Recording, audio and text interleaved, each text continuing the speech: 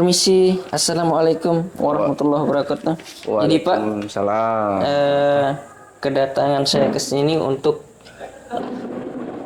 observasi mata pelajaran saya. Oh begitu ceritanya. Saya kira apa tadi Pak Fahmi. Biasanya di sini kita ngobrol-ngobrol biasa. Serius banget ini ceritanya. Mau diobservasi. Ntar dulu. Mana ya nomor observasinya? Ini kemarin adalah kurang lebih 4 bulanan di observasi juga diminta lagi Pak Fahmi. Untung saya masih ingat nih.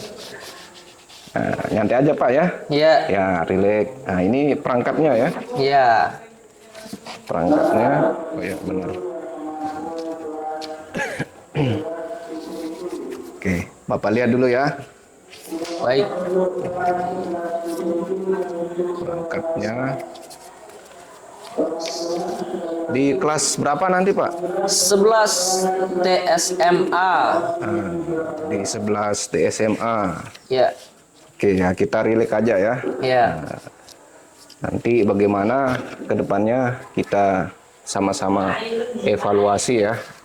Kita sama-sama untuk pembelajaran. Nah, di sini supaya kita lebih terarah lah ceritanya ini. Nah, bagaimana proses observasinya. Jadi karena saya sudah lihat perangkatnya sudah lumayan baik. Nah, ceritanya nih yang paling depan ini ya. Yes. Anunya. Ya, ya. Modul ajarnya. Ya, itu modul ajarnya yang paling depan. Oke. Nah, kira-kira ini saya bertanya nih Pak ya. Ya. Kita agak serius ya. Yes. Boleh? Boleh. Ya itulah tujuannya saya di sini untuk diobservasi. Oke. Ya, tapi sebelum observasi Bapak tanya dulu nanti supaya lebih kita sama-sama belajar untuk terarah lah begitu.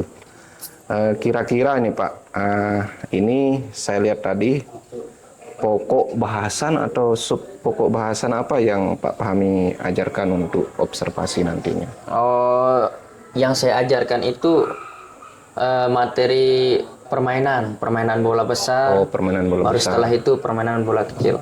Permainan bola besar. Nah, ya, permainan bola besar. Permainan bola besarnya ini apakah basket, sepak bola atau voli? Nah, bertahap dulu ya. Saya mulai dari bola basket dulu karena sarana di sekolah mendukung. Lapangan ada. Hari ini basket. Sarana dan prasarana memadai. Basket aja. Basket dulu. Setelah basket mungkin sepak bola atau futsal. Setelah itu mungkin baru ke bola voli. Yang ini aja kita Pak ya. Oh iya, bola basket aja berarti. Jadiin apa namanya semacam untuk memicu. Cukup satu ini saja, nanti kan bisa Pak Fahmi menyesuaikan. Oke, bagaimana baik. Ya supaya efisiensi waktu. Selanjutnya ya, kemampuan apa yang diharapkan yang dimiliki oleh siswa sehingga Bapak memberikan materi ini. Kemampuan apa yang diharapkan? Oh.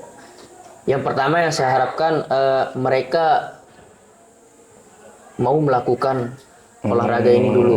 Kemudian mereka sedikit tidak bisa menguasai teknik dasarnya dulu sebelum karena teknik dasar itu tujuan pembelajarannya itu di kelas 10. Sekarang saya ngajar di kelas 11. Tujuan pembelajarannya saya bisa mengerti atau menguasai permainan bola basket ini.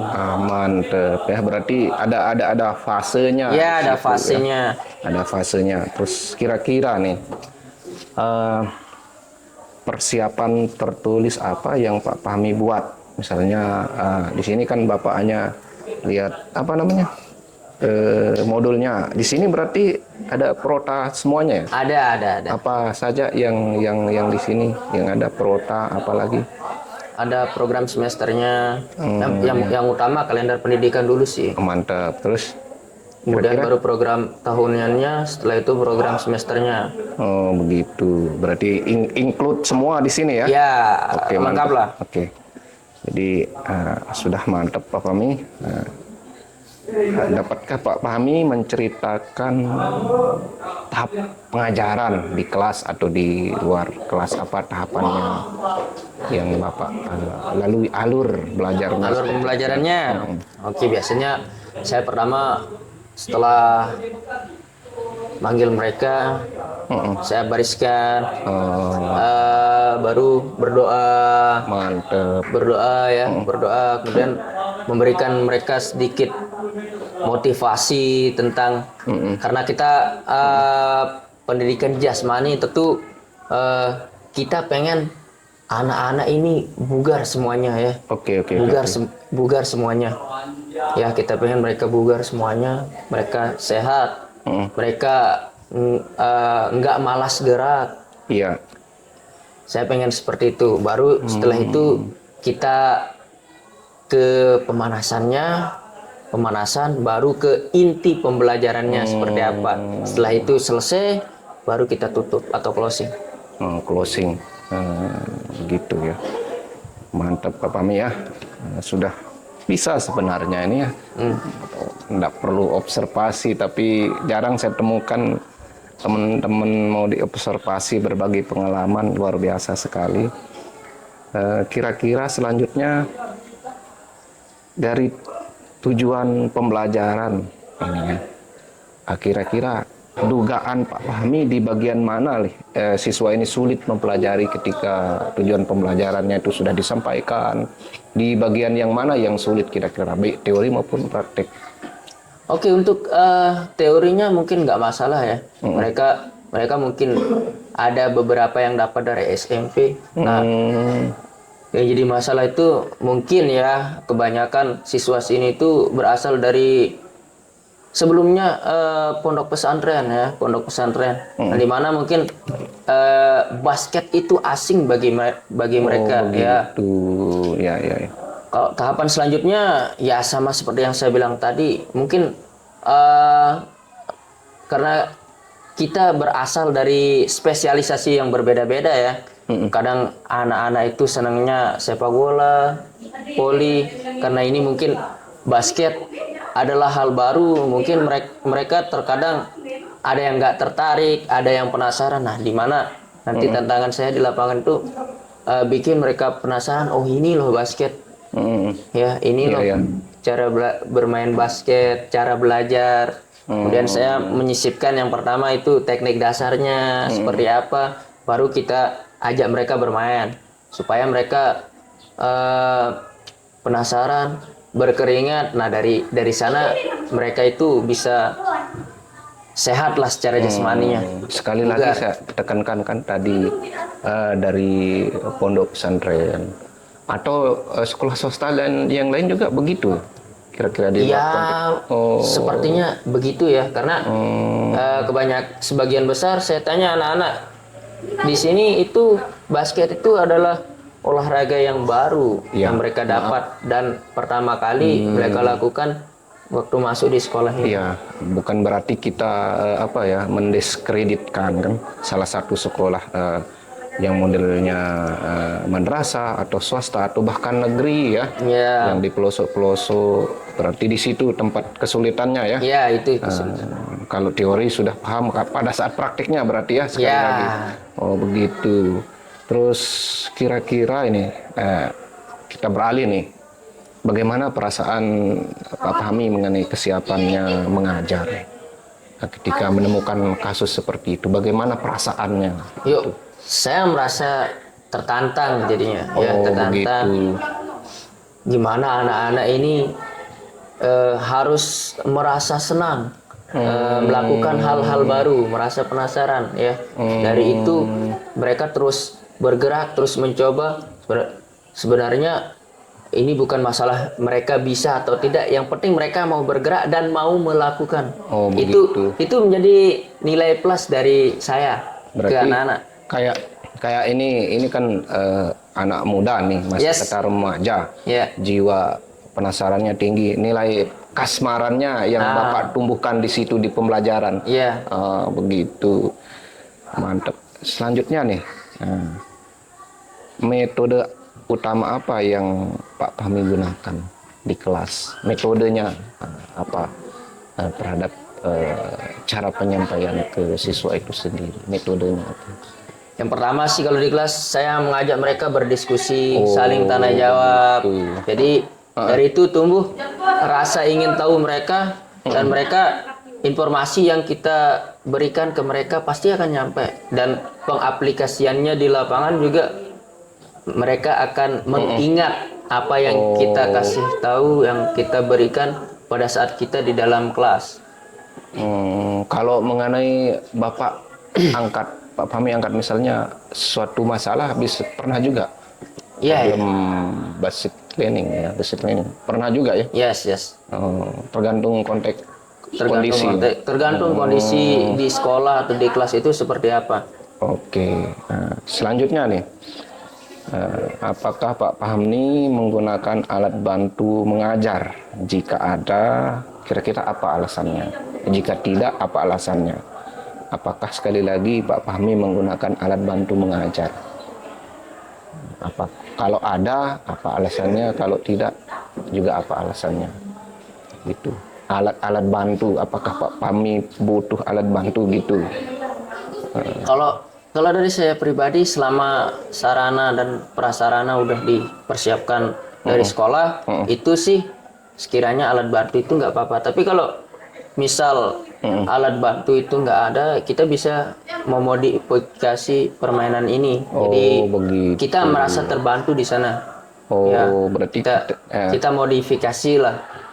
Oke, mantap. Jadi sudah kelihatan sebenarnya tidak perlu, Pak Fahmi sudah luar biasa di basic basketnya, juga lisensi ya, saya tahu. Makanya saya senyum tadi kok Pak Fahmi mau observasi nih, lisensinya sudah mantap ya. Terus selanjutnya nih, mengapa alat bantu diperhatikan?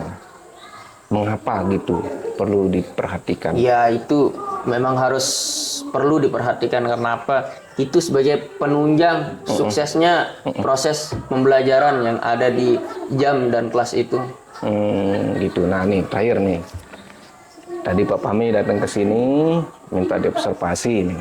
Kira-kira ini kan kita sudah saya tanya dulu sebelum kita observasi. Kira-kira kalau saya atau Bapak mengikuti proses belajar mengajar di kelas atau di luar kelas nanti, kira-kira Pak Fahminya terganggu nggak kira-kira? Saya tidak pernah merasa terganggu, karena kita khususnya di mata pelajaran penjas di dunia olahraga, karena saya selalu menganggap kita bekerja itu sebagai tim ya.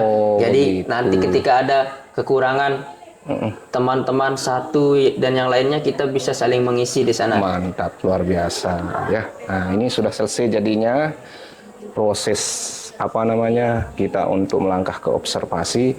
Tinggal nanti kita jalan saja ya, cair saja, apakah di kelas atau di lapangan. Karena ini juga sudah dari tadi kurang lebih 20 menit ini kita ya. Tadi saya lihat ada perwakilan kelas ini manggil-manggil. Saya persiapkan dulu kelas saya ya, untuk dikasih penugasan atau kita kasih belajar mandiri dulu ya. Nah, nanti Pak Fahmi persiapkan dulu ya proses bagaimana kita untuk belajar bersama tentang bagaimana proses observasi ini. Itu ya. Saya persiapkan dulu anak buah saya dulu ya, siswa saya dulu ya. Oke, gimana? Ya, kita santai saja. Oke, ayo. Yuk, kita dulu, persiapkan anak-anak dulu.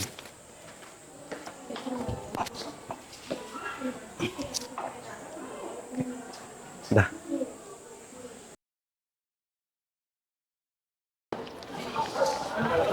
Selamat pagi.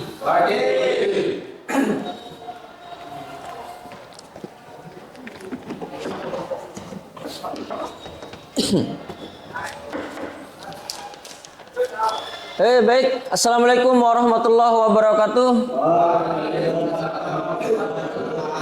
Selamat pagi. Gimana kabarnya semua nih? Saya harap kalian dalam keadaan sehat, karena kita sebagai pemuda harus tetap kelihatan bugar ya, sesuai dengan mata pelajaran yang kita lakukan tuh selama seminggu sekali dan hanya beberapa jam ya. April Rido, kenapa dia nggak masuk April Rido nih? Tanpa keterangan ya?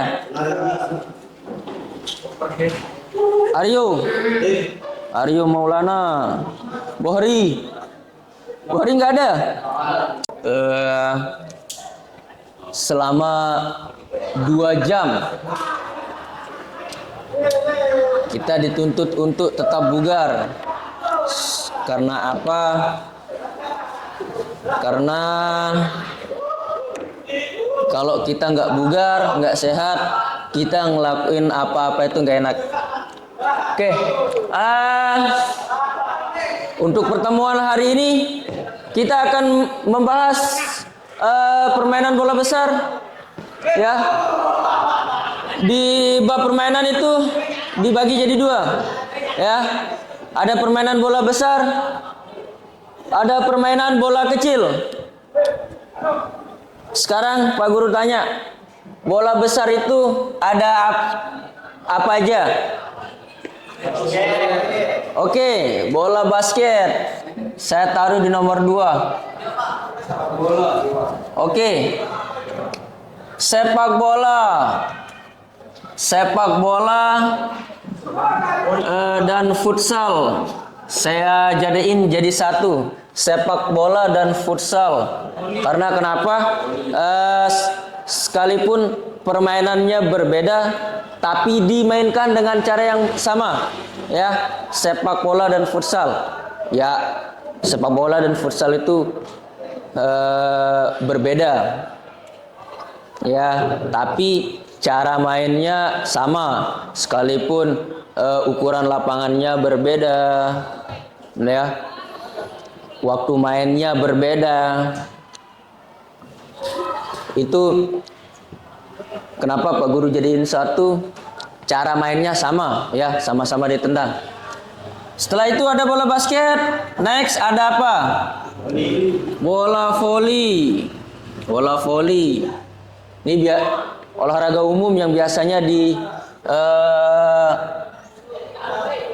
yang kita lakukan di sekolah itu biasanya sepak bola atau futsal, bola basket, bola voli. Kemudian ada banyak lagi ya, ada bola tangan. Nah, kemudian ada tenis lapangan ya. Tenis lapangan itu masuk di permainan olahraga bola besar dan semacamnya. Kemudian permainan bola kecil ada apa aja? Oke, softball atau kasti. Sepak takraw masuk di sini. Sepak takraw masuk ke sini. Apa? Pingpong ya. Apa kamu bilang tadi? Nggak usah ngejokes kayak gitulah. Table tennis. Ya, atau biasa kita familiar pingpong. Kemudian apa lagi? Yes, bulu tangkis. Banyak ya. Biliar masuk dalam permainan olahraga bola kecil ya. Biliar. Di sini siapa yang pernah main biliar? Saya. Serius?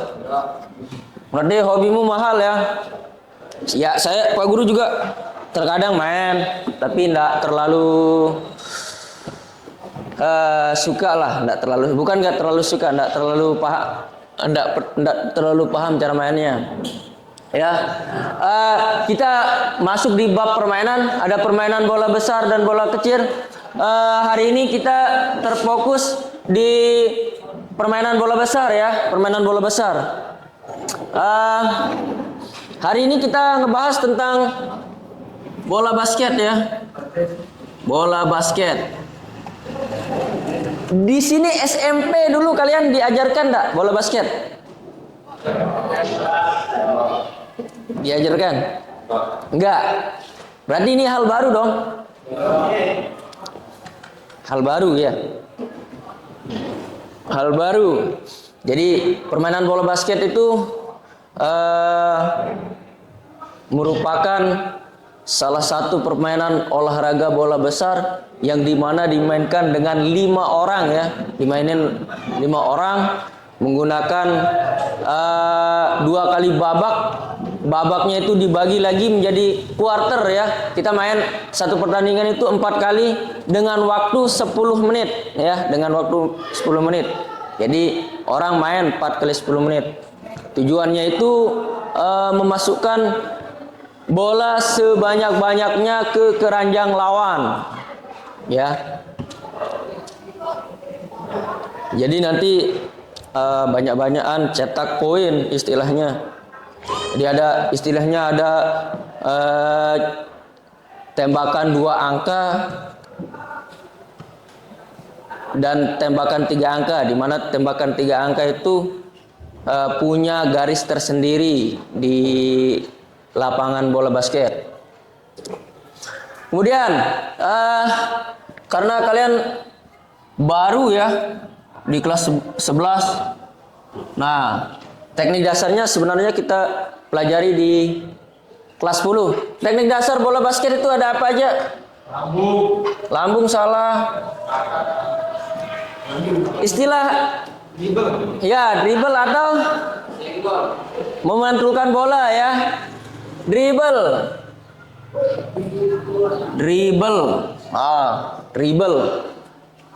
Apalagi hal yang umum, semua permainan pasti ada gerakan itu. Lempar salah. Semua permainan kalau itu nggak ada permainan itu nggak jalan. Apa? Pivot, aturan salah. Teknik dasar dulu, teknik dasar.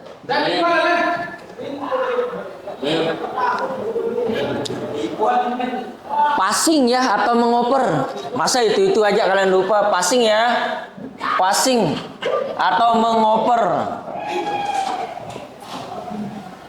Nah, passing atau mengoper. Passing atau mengoper. Ya, setiap permainan terutama olahraga bola besar pasti ada gerakan dasarnya passing atau mengoper ya, passing atau mengoper. Kemudian yang selanjutnya apa? Hal yang biasa di dalam bola basket. Apa? Apa?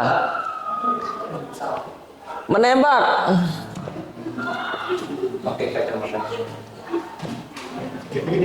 Menembak atau shooting. Nah, kemudian yang terakhir apa? Tadi disebut. Salah. Tadi disebut sama temannya.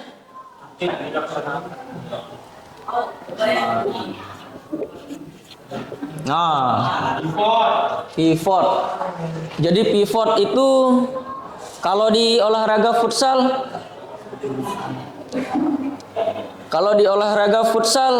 itu sebuah posisi ya, sebuah posisi. Kalau di permainan bola basket itu teknik dasarnya.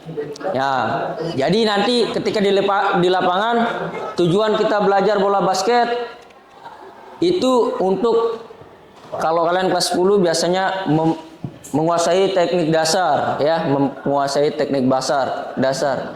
Nanti ketika di lapangan karena kita kelas 11 kita sudah mulai masuk ke cara bermain ya, cara bermain, gimana cara bertahan, gimana cara menyerang dan mencetak angka. Itu aja sih tujuannya ya, cara bermain. Oke, Pak Guru jelaskan satu-satu teknik dasarnya. Jadi teknik dasar yang pertama itu adalah dribble ya, dribble. salah satu cara menguasai permainan bola basket. Ya, kalau nggak bisa dribble, itu rasanya orang bermain basket itu akan mustahil bisa berjalan ya. Dribble. Jadi dribble itu adalah memantulkan bola pada lantai lapangan ya. Contohnya seperti ini. Ya. Ya. Dribble. Ini namanya dribble nih. Jadi dribble itu menggunakan jari-jari tangan ya, didorong ke arah bawah atau lantai. Ya, menggunakan jari-jari tangan. Jangan menggunakan telapak tangan. Kalau kalian menggunakan telapak tangan itu bukan dribble jatuhnya, itu ngepak ya. Itu ngepak jatuhnya. Ya. Ya, tempelek. Oke, apa namanya? Sekali lagi, dribble itu apa? Dribble itu apa? Oke, yang keras, yang keras. Oke, gerakan memantulkan bola ke lantai lapangan ya, ke lantai lapangan. Jadi dribble itu banyak jenisnya. Kemudian passing. Nah, passing. Passing itu ada 3 jenis ya. Passing itu ada 3 jenis. Passing itu ada 3 jenis. Pertama ada namanya chest pass.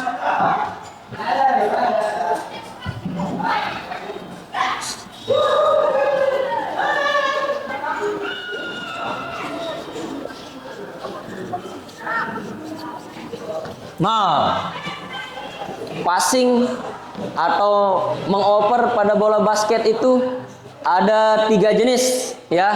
Pertama ada chest pass, kedua ada bounce pass, ketiga ada overhead pass. Oke, Pak Guru minta tolong satu orang, yuk, kamu ya, kamu aja. Ayo, jadi contoh. Oke, sana. Nah, passing pertama chest pass ya, atau mengoper. Jadi mengoper itu tujuannya untuk mengalirkan permainan arah bola ya. Jadi permainan itu jalan. Semua permainan bola besar, kalau passingnya nggak bagus, permainannya nggak jalan ya. Kalau kalian main futsal ya, kalian nggak bagus passingnya, pasti permainannya nggak jalan ya. Oke, chest pass. Chest itu dalam bahasa Inggris itu artinya dada ya. Jadi langkahnya itu pertama bola ditaruh di depan dada kalian ya. Satu kaki maju, satu kaki dominan, terserah kiri atau kanan. Kemudian kalian putar bolanya supaya dia bisa nyampe ke teman kalian. Silahkan diterima bolanya ya. Nah, kurang lebih chest pass itu seperti itu. Balikan ya. Tangan kalian itu akan seperti ini ya. Op. Bola di depan dada kalian, baru kalian dorong ya, dorong. Kembaliin. Ya. Nah, itu namanya chest pass ya. Chest pass. Passing dada. Passing dada.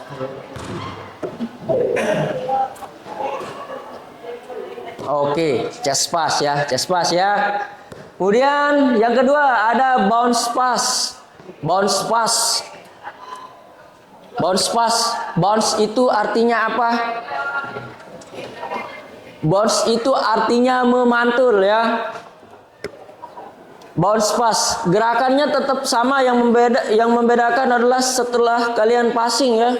Setelah kalian melepas bola di tangan kalian, itu tidak langsung ke teman kalian, melainkan kita pantulkan di lantai dulu.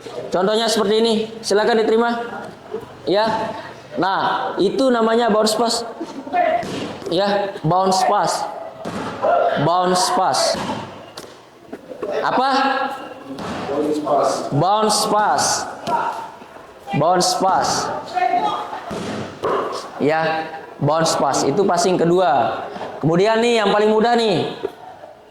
Sekiranya ini semua yang ada di sini pasti akan bisa ya. Overhead pass. Jadi overhead pass ini kalau kita visualisasikan itu nggak jauh beda dengan gerakan throw in pada permainan sepak bola atau cara lemparan ke dalam. Silakan ya. Ke belakang dulu ya, belakang tengkukmu baru. Nah, apa namanya nih? Biasa aja, jangan dilambungkan. Apa? Overhead pass. Overhead pass. Nah, overhead pass. Nah, itu tentang passing ya. Jadi nanti di lapangan sebelum kita belajar bermain, kita belajar passing dulu ya. Belajar passing dulu. Passing ada 3. Yang pertama apa? Chest pass atau passing? Passing apa? Passing dada. Kemudian yang kedua? Bounce pass atau apa? Bounce itu apa? Ya, istilahnya di bahasa Inggris itu bounce pass. Kalau kita jadikan bahasa Indonesia itu namanya passing pantul ya. Kemudian yang ketiga itu ada overhead pass ya. Overhead pass itu berarti di atas kepala. Ya, bolanya di atas kepala. Kemudian menembak itu udah jelas. Nanti kita praktekkan di lapangan. Jadi menembak kita butuh keranjangnya atau istilah bahasa Inggrisnya itu ring ya, ring. Kemudian pivot. Nah, pivot.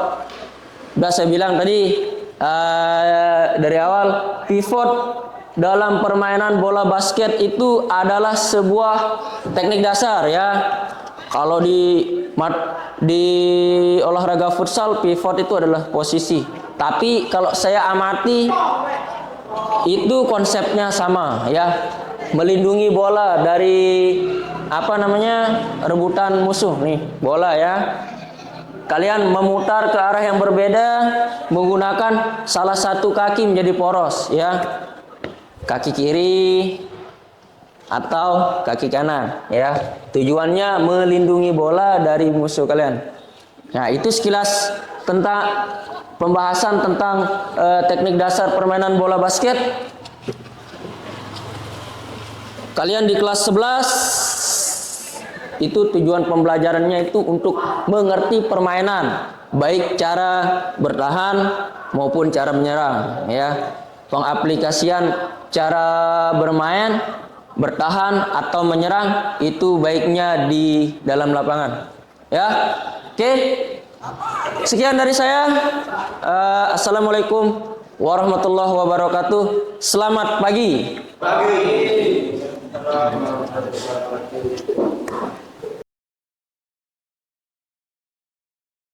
Assalamualaikum warahmatullahi wabarakatuh. Selamat pagi. Saya Andiansa SPD, guru Putra SMKN 1 Gangga, Kabupaten Lombok Utara. Di sini saya dibersamai oleh pendamping praktik Bu Siti Zikriya SPD dan rekan sejawat saya Ahmad Heru Fahmi, yang mana pada pagi hari ini saya akan melakukan wawancara pasca observasi yang sudah saya lakukan dengan rekan sejawat saya, yaitu Saudara Fahmi, yang mana pelaksanaannya sudah berlangsung kemarin. Untuk itu kita langsung mulai saja kepada Pak Fahmi ya. Nah, kemarin kita sudah observasi Pak Fahmi ya. Ya, baik. Bagaimana pengalamannya pada saat observasi dengan siswa kemarin? Kira-kira apa? Ya, saya merasa setelah diobservasi ada sebuah perubahan pengalaman baru yang saya dapat dari apa yang sudah saya kerjakan atau saya sudah pelajari sebelumnya, dimana di era digitalisasi ini kita harus mengupgrade diri, terutama dalam hal membimbing anak-anak. Apakah ada hambatan sekiranya yang Bapak alami ketika proses kembali? Hambatannya jadi gini, karena kita mengajar penjas ya, yang dimana keterkaitannya dengan kondisi fisik. Saya sendiri selalu menerapkan supaya anak-anak itu jadi mau bergerak. Selama ini kita lihat banyak anak-anak terutama yang Gen Z, mereka nggak mau bergerak, cepat capek, cepat lelah. Jadi saya menerapkan pola untuk mereka paling tidak ketika mendapatkan pelajaran penjas seminggu sekali mereka bergerak, berkeringat, tentunya dengan metode yang kita ajarkan pula sesuai dengan perangkat pembelajaran yang kita gunakan. Kira-kira dari sekian siswa, kalau boleh dipresentasikan berapa jumlah siswa yang Bapak maksud, hambatannya berapa, terus yang audiennya lumayan itu Bapak itu berapa, kalau boleh disebutkan kira-kira berapa siswa dari berapa siswa itu? Tergantung dari beberapa kelas. Jika perempuannya banyak, di sana dominan, pasti yang nggak mau bergerak itu banyak. Tapi setelah apa yang saya terapkan, kemudian saya jelaskan secara lisan apa sih manfaatnya lebih banyak bergerak, itu mereka sadar sendiri. Jadi nanti ketika di masa tua mereka akan mendapatkan hal negatif ya. Ya. Berarti yang saya tangkap sih fenomenanya ketika Bapak mengajar itu perempuan yang kurang bergerak. Ya. Setelah Bapak menjelaskan bagaimana manfaat dan lain sebagainya untuk gerakan olahraga untuk psikomotor ini, baru mereka ada perubahan begitu. Ya. Berarti titiknya di perempuan ya. Ya, ada sebuah kesadaran lah. Ya. Jadi untuk manusia biasanya ketika ototnya nggak dilatih, maka tulangnya akan keropos. Kita mungkin tidak bicara di mereka sekarang berusia remaja, tapi kita berbicara mereka nanti di usia 35-40 tahun yang akan datang. Nah, sekali lagi saya tegaskan, termasuk ini langkah-langkah Bapak untuk bagaimana anak supaya tertarik di pembelajaran olahraga itu. Ya. Termasuk yang dijelaskan tadi. Ya. Terus selanjutnya sudah observasi, sudah saya amati, kira-kira setelah melakukan proses kemarin, apa rencana ke depan Pak Fahmi supaya lebih mantap lagi dalam proses pembelajaran olahraga ini sendiri? Kalau rencana saya sih selain di pembelajaran ya, saya mulai mengajak anak-anak itu lebih ke pola hidup sehat, baik itu dari mereka pola istirahatnya, pola makannya. Mereka selama 1 minggu itu harus bergerak. Selama ini kan kebanyakan anak-anak ini, terutama yang Gen Z generasi sekarang, mereka hanya berolahraga itu di sekolah. Kebanyakan yang saya temui, mereka hanya berolahraga di sekolah. Jadi yang saya mau itu bagaimana membuat kelas ini menyenangkan untuk suasana mereka belajar. Jadi mereka mau bergerak, mereka sehat, jadi mereka terhindar dari hal-hal negatif, terutama penyakit di masa tua mereka. Luar biasa Pak Fahmi motivasinya selain di pembelajaran praktik. Nah, pertanyaan terakhir nih Pak Fahmi. Oke. Nah, kira-kira setelah Pak Fahmi menjelaskan seperti ini untuk kedepannya dan lain sebagainya, kira-kira setelah Pak Fahmi panggil ya, bagaimana perasaan anak-anak setelah Pak Fahmi menceritakan atau menjelaskan begini dampak kedepannya dari olahraga itu sendiri? Bagaimana perasaan mereka menurut pengamatan yang Pak Fahmi sekilas amati?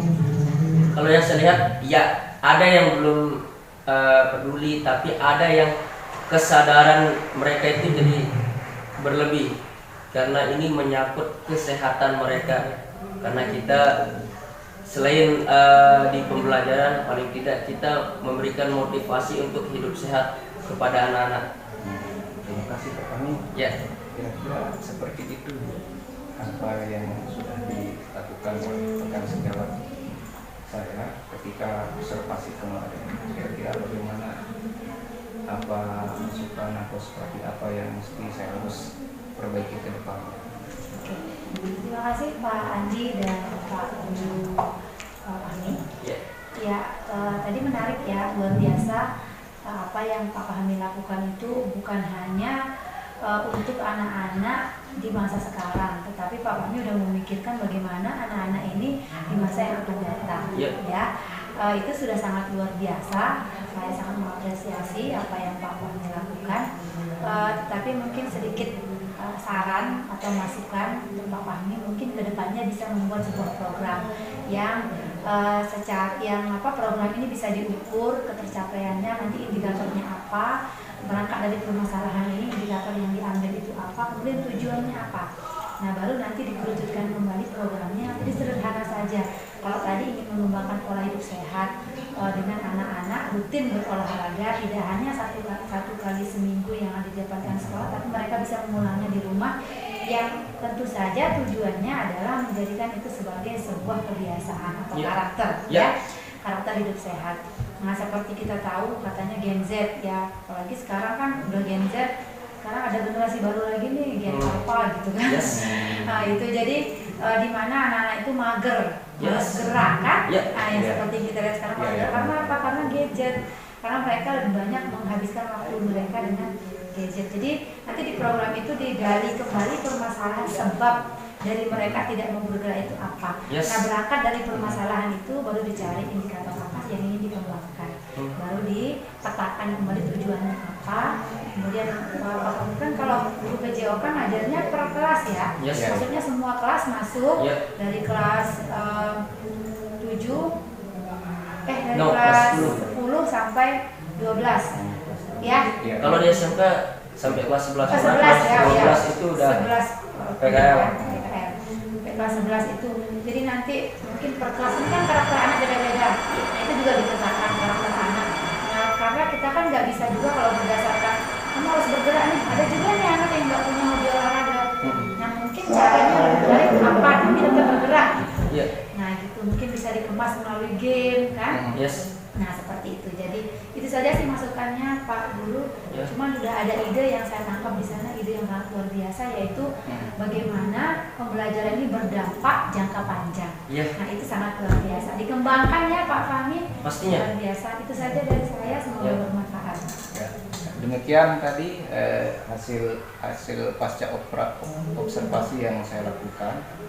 Sekian, wassalamualaikum warahmatullahi wabarakatuh. Selamat pagi, salam olahraga. Salam guru penggerak.